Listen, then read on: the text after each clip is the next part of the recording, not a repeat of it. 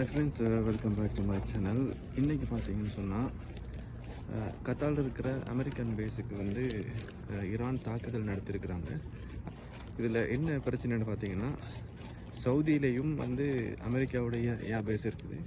So Saudi அரேபியாவுக்கும் வந்து இவங்க அந்த தாக்குதல் நடத்துறதுக்கான வாய்ப்பு இருக்குது. என்றாலும் கூட சவுதிய அரசாங்கம் சார்பாக இந்த மாதிரி ஒரு எச்சரிக்கை அவங்க இது வரைக்கும் விடுக்கலை.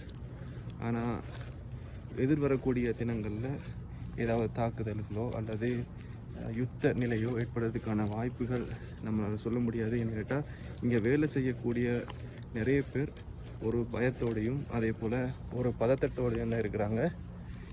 அதுக்கான காரணம் பார்த்திங்கன்னா, இங்கேயும் அமெரிக்காவுடைய நிறைய ஐஆர்பேஸ் இருக்கிறதுனால இங்கேயும் தாக்குதல் நடத்தக்கூடும் என்ற ஒரு அச்சம் தான் இருக்குது.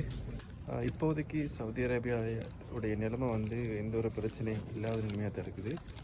எதிர்வரக்கூடிய தினங்களில் அல்லது நாளைய மறுதினம் ஏதாவது தகவல்கள் வெளியாக சான்ஸ் இருக்குது.